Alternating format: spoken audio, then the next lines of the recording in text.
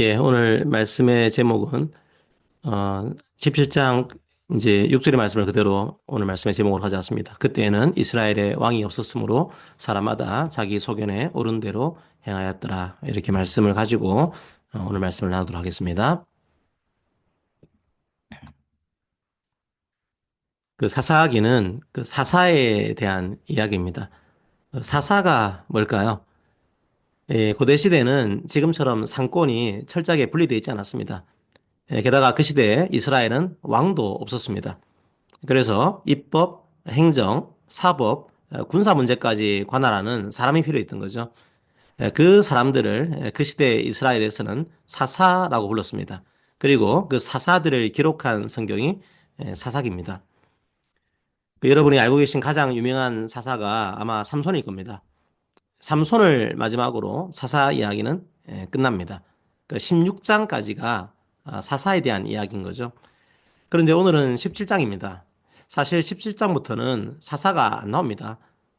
사사기는 16장으로 마무리해도 아무 문제가 없습니다. 그런데 성경은 17장부터 21장을 또 추가하고 있습니다.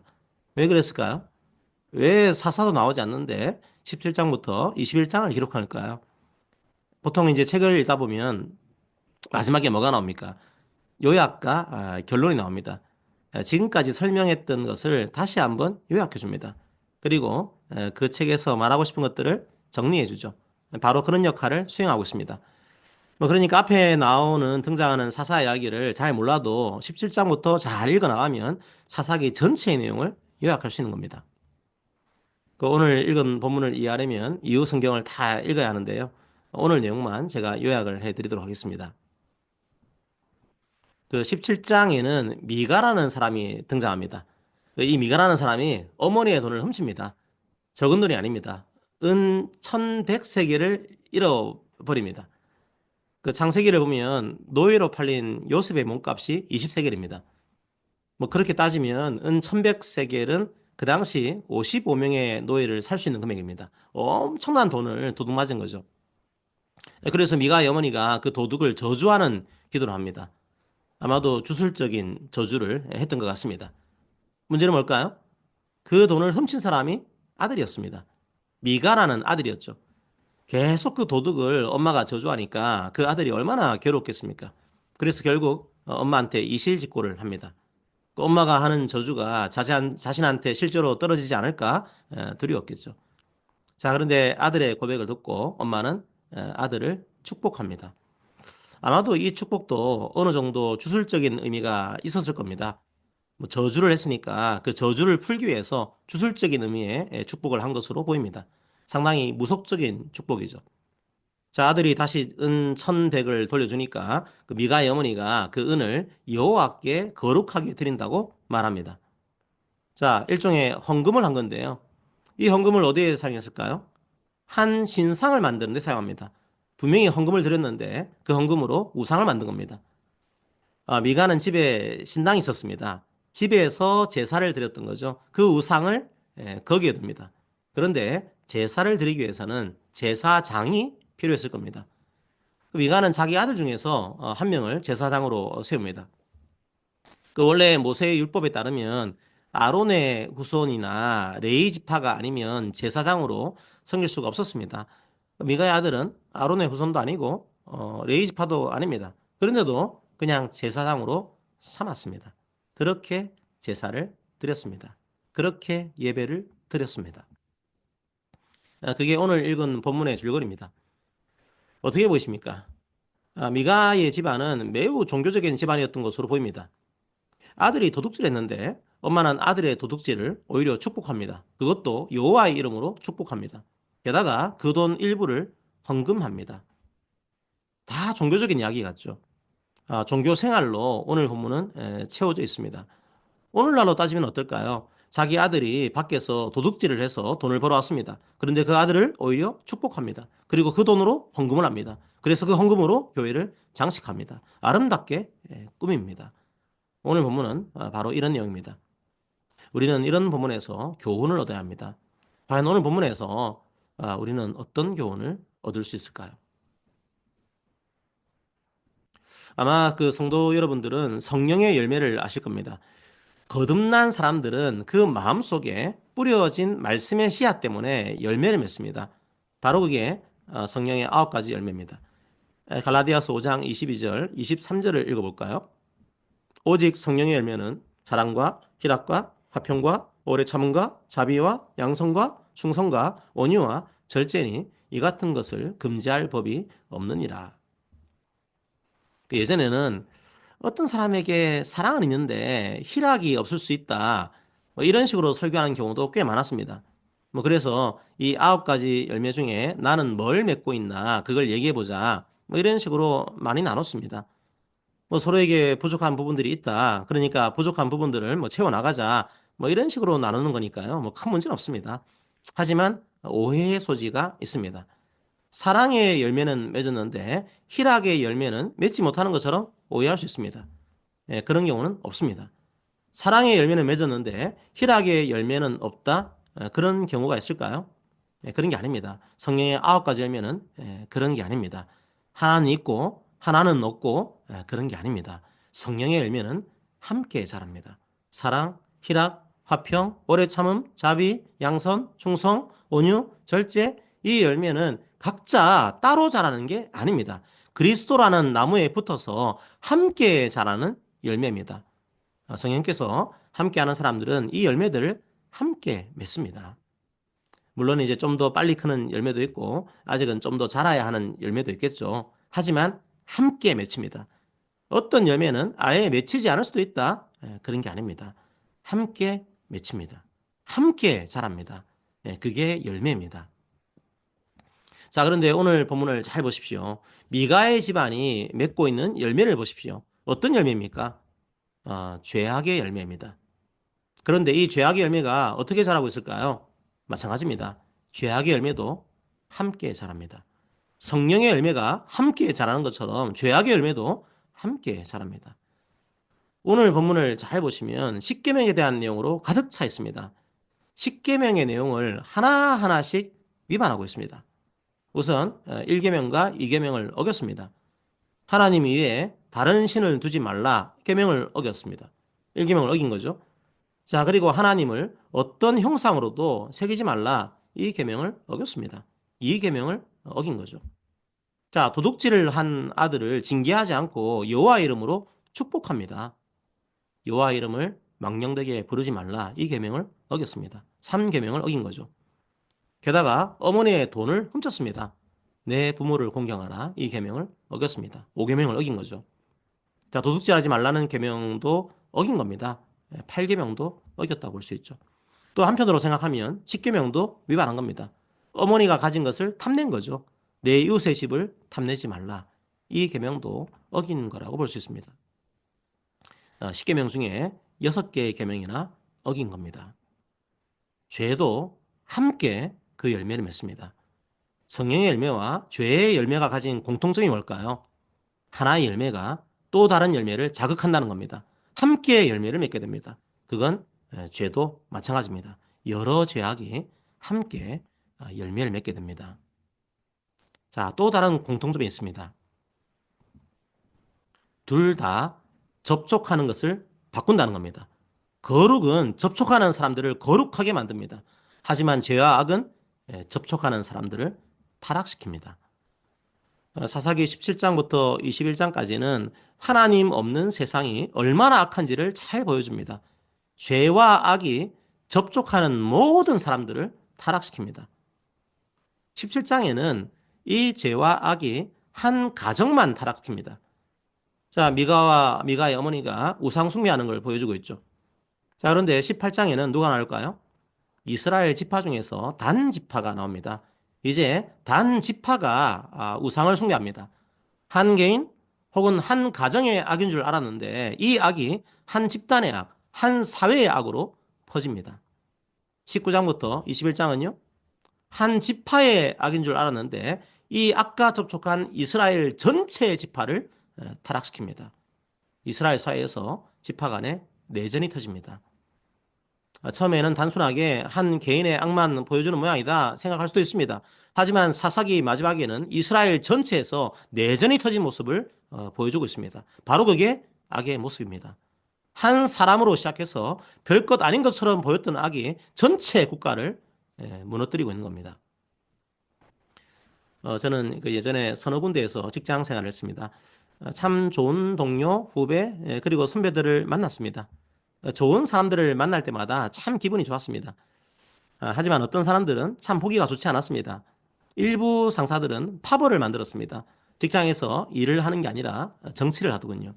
좋은 정치가 아니라 안 좋은 정치를 했습니다. 자기 편을 만듭니다. 그리고 자기 편에 사람들을 줄 세우고 같은 색깔로 물들입니다. 그리고 상대편을 만들어내고 그 상대편을 증오하게 만들고 혐오하게 만듭니다. 그게 파벌이죠. 자, 파벌을 만들고 다른 파벌들에게 총뿌리를 겨눕니다. 자기는 그 혐오의 감정을 먹고 그 집단의 리더가 됩니다. 조직 내에서 파벌을 만들고 분열을 일으킵니다. 그게 그 상사의 생존 방식이었습니다. 어떻게 많은 사람들이 저런 방식의 가스라이팅을 당할까 그런 생각이 들죠. 아니요. 거룩이 접촉하는 모든 것을 거룩하게 하는 것처럼 죄와 악도 접촉하는 모든 것을 쉽게 타락시킵니다. 그렇게 어렵지 않습니다. 매우 빠르게 전파됩니다. 우리가 영화를 보거나 하면 그런 장면이 있지 않습니까? 분명 한 사람이 총을 들었는데 한 사람이 총을 들자마자 그 집단에 있는 모든 사람들이 총을 듭니다.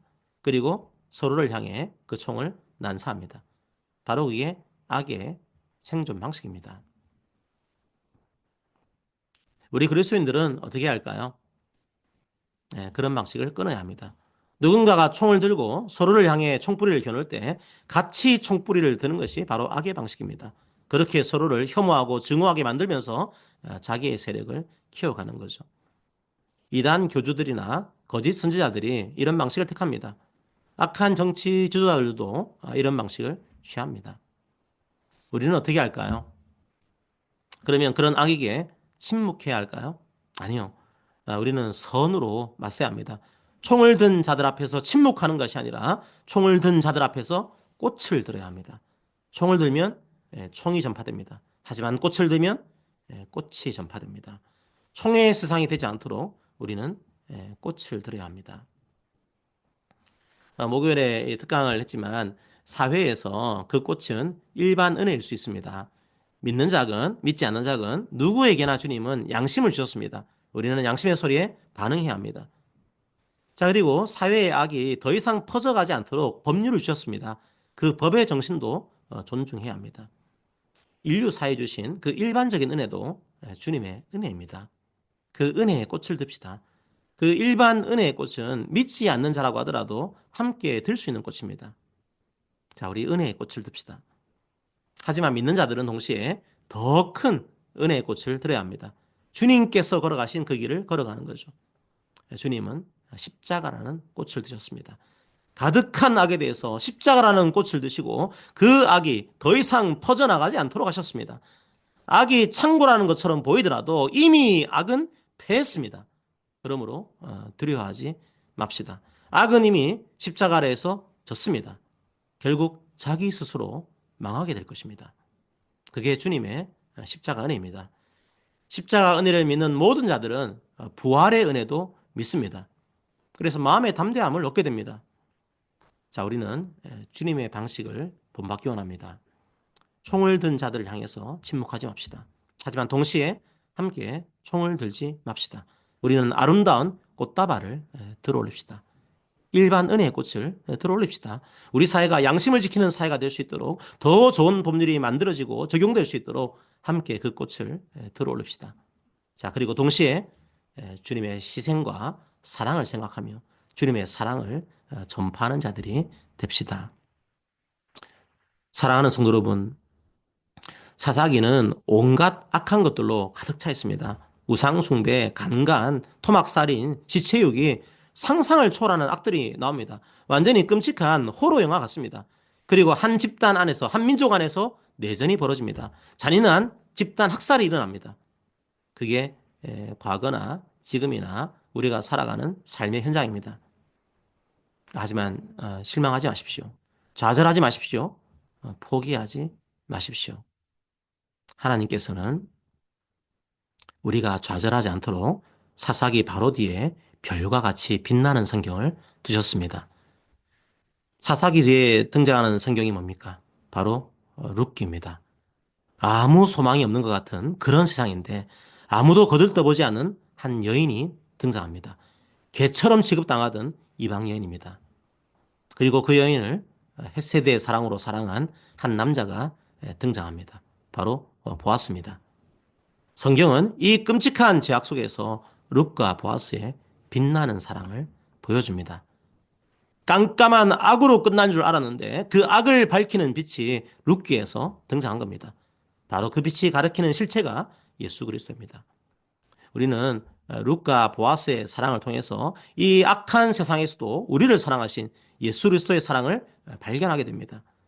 자, 그런데 그 사랑을 발견하는 것으로 끝나서는 안 됩니다. 그 사랑을 발견하고 믿은 자들이 해야 할 몫이 있습니다.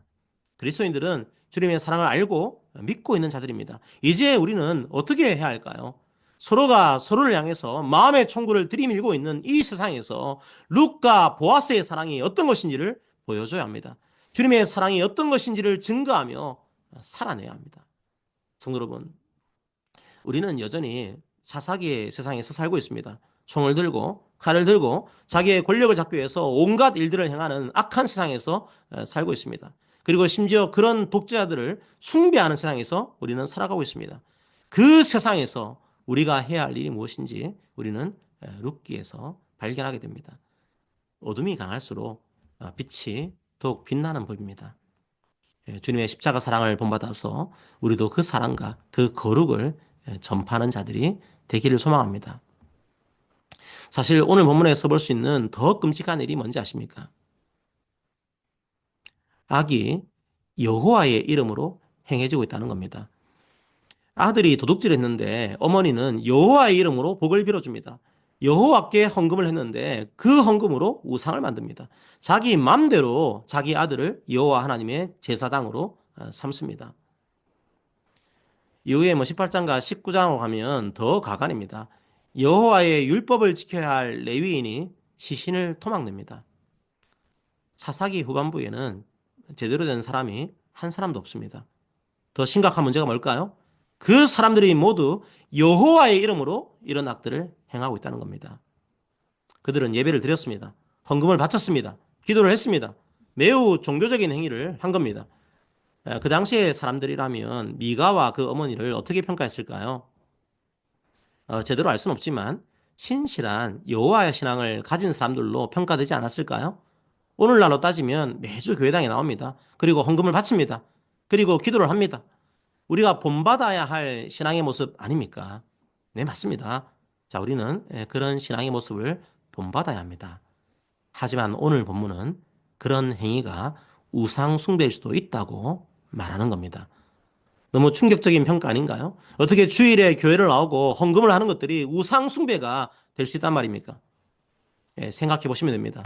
왜 미가와 어머니가 헌금을 낸 겁니까? 왜 그들이 하나님의 형상을 만든 겁니까? 그 목적이 뭡니까? 하나님을 너무 사랑해서요? 그게 하나님의 뜻이라서요? 그 헌금으로 이웃을 구제하려고요? 과연 그럴까요? 그들의 목적이 뭐였을까요? 하나님께 순종하는 것이 목적이었을까요? 하나님을 조종하는 것이 목적이었을까요? 미가와 어머니는 하나님을 조종하려고 한 겁니다. 헌금을 내면서 하나님 저 헌금 냈어요? 없는 살림에 낸 겁니다. 이 돈 받으셨으면 저한테 그렇게 하시면 안 되죠. 이렇게 하는 거죠. 하나님 저 오늘 교회에 나왔어요. 바빠 죽겠는데 나온 거예요. 그런데 이러시면 곤란하죠. 그렇게 말하는 겁니다. 하나님은 그리스도를 주로 고백하는 모든 자들의 죄를 사하시고 용서하십니다. 그리고 우리에게 가장 좋고 선한 것을 주십니다. 우리가 그 사실을 신뢰하면서 예배드립니다. 그 사실을 신뢰하면서 기도하죠. 하지만 미가와 그의 어머니는 어떻습니까? 감격과 사랑으로 예배를 드린 게 아닌 겁니다. 그냥 예배의 형식만 갖추고 있는 겁니다. 주신 물질이 너무 감사해서 헌금을 드린 게 아닌 겁니다. 그 물질로 이웃을 섬기고 싶은 마음도 없습니다. 그냥 하나님을 조종하려고 한 거죠. 미가와 그의 어머니는 하나님을 경배한 게 아닙니다. 자기를 숭배한 겁니다. 미가와 그의 어머니는 그렇게 예배를 드린 겁니다. 주술적인 예배입니다. 저는 성도 여러분들이 예배에서 기쁨과 자유를 경험했으면 좋겠습니다. 그게 예배입니다. 하나님께서 주신 창조와 구속의 은혜에 감사드리면서 그 말씀의 뜻을 묵상하는 것이 바로 예배입니다. 미가와 그의 어머니는 하나님을 예배한 게 아니라 하나님과 거래한 겁니다. 하나님께 순종한 게 아니라 하나님을 조종한 겁니다. 그들은 하나님이 어떤 분이신지, 얼마나 좋은 분이신지, 가장 값지고 좋은 것을 주신 분이라는 걸 알지도 못한 사람들입니다. 모르는 분을 믿을 수는 없습니다. 그들은 그냥 여호와라는 신을 마치 우상처럼 숭배한 겁니다.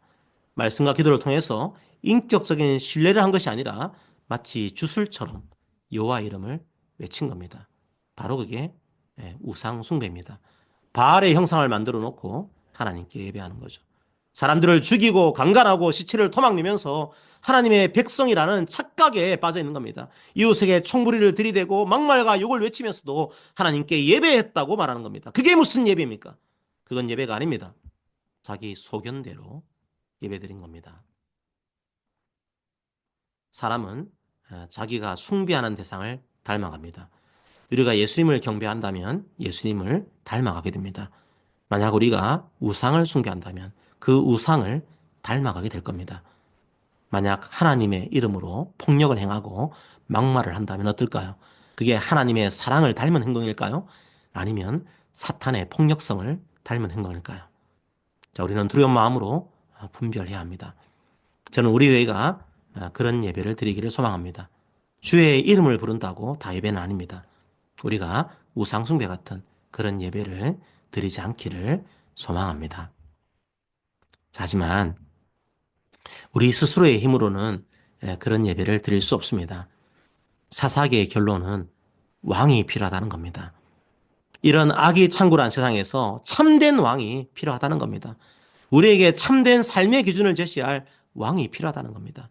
그리고 모든 악을 물리친 영원한 왕이 필요하다는 겁니다. 사사기에는 수많은 사사들이 나옵니다. 잠깐 성과를 내기도 했습니다. 하지만 인간 사사는 결국 모두 실패했습니다. 사사기는 예수 그리스도께로 우리를 인도합니다. 우리의 영원한 사사는 예수 그리스도입니다. 우리의 영원한 왕은 예수 그리스도입니다. 이 왕이 십자가로 승리하셨습니다. 그러므로 이 악한 세상에서도 우리는 담대하게 나아갈 수 있습니다. 때로 좌절하고 넘어지더라도 완전히 넘어지지는 않습니다. 주의 말씀과 주의 십자가를 의지하지 않을 때 우리는 생명력을 잃게 됩니다. 자기 소견대로 행할 때 우리는 우리 스스로를 왕으로 섬기게 됩니다. 하지만 예수님을 우리의 주님으로 섬길 때 사사기의 시대에서도 빛나는 룻기 같은 삶을 경험하게 될 겁니다. 주 앞에 프로스키네요. 엎드려 경배할 때 예수님을 나의 주시오 나의 하나님으로 고백할 때 놀라운 생명력을 경험하게 될 것입니다. 그 은혜가 예수 그리스도를 영원한 왕으로 고백하는 함께 걷는 교회 모든 성도들에게 가득하기를 기도합니다. 아멘. 프로스키네요. 이 시간 엎드려서 주님만 우리의 왕으로 경배합니다. 함께 찬양하겠습니다.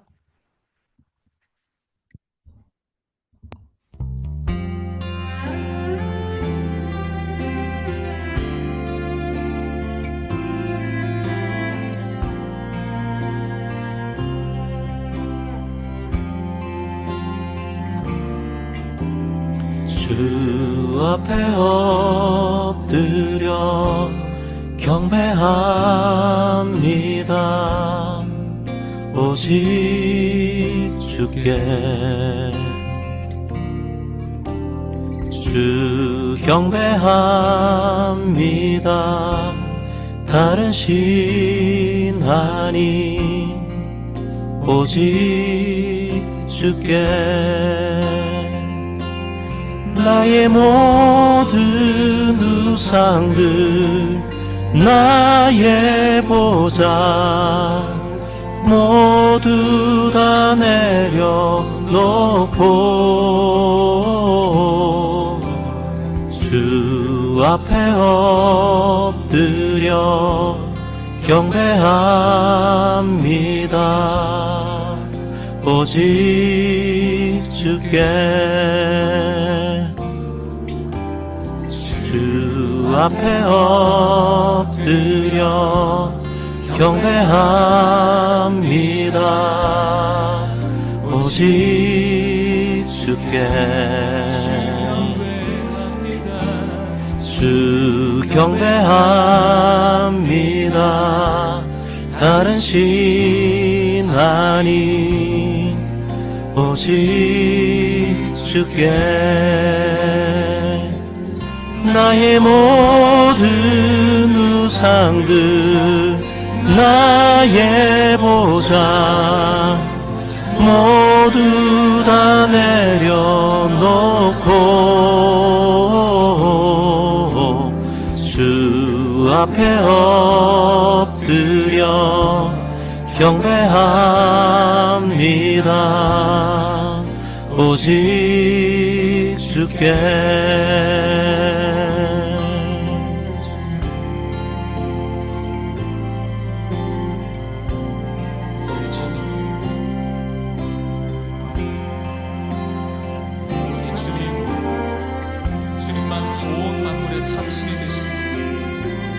주님만이 가장 높으신 분이 되시고 우리 모든 걸 다 주님께 경배합니다. 주님 나의 모든 우상들 나의 모든 우상들 나의 보좌 모두 다 내려놓고 주 앞에 엎드려 경배합니다. 오직 주께 나의 모든 우상들 나의 보좌 모두 다 내려놓고 주 앞에 엎드려 경배합니다. 오직 주께 주 앞에 엎드려 경배합니다. 오직 주께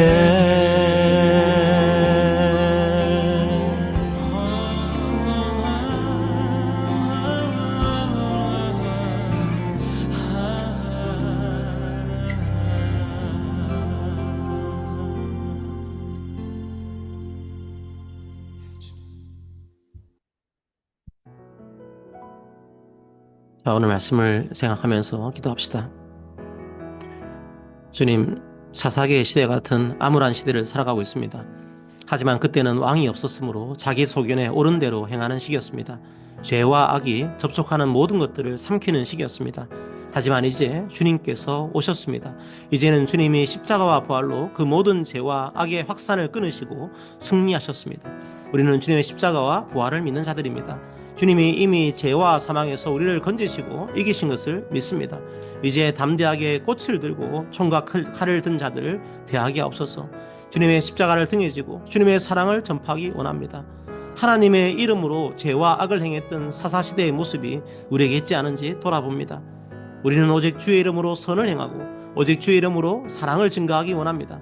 참된 우리의 왕, 영원한 우리의 왕 예수님께서 우리와 함께 계십니다. 그 믿음과 사랑으로 걸어가게 해주세요. 함께 오늘 말씀을 기억하면서 기도하겠습니다. 우리나라를 위해서도 간절한 마음으로 기도해 주시기 바랍니다. 함께 기도합니다. 예, 서로가 서로에게 권면하도록 하겠습니다. 사랑하는 성도 여러분, 주님께서 십자가를 지셔서 우리를 죄와 사망에서 건지셨습니다. 이제 우리가 주님의 길을 걸어갑시다. 이미 주님이 이기셨습니다. 죄와 악에게 지지 맙시다. 선으로 악을 이깁시다. 주의 은혜로 살아갑시다. 그래서 주의 평화를 확산시키는 사람들이 됩시다. 아멘. 자, 사사기 17장 6절의 말씀입니다. 자, 이 말씀은 그 시대의 말씀이죠. 이제 우리에게 이 왕이 오셨습니다. 그래서 그 말씀대로, 그 십자가대로 우리가 행할 수가 있습니다.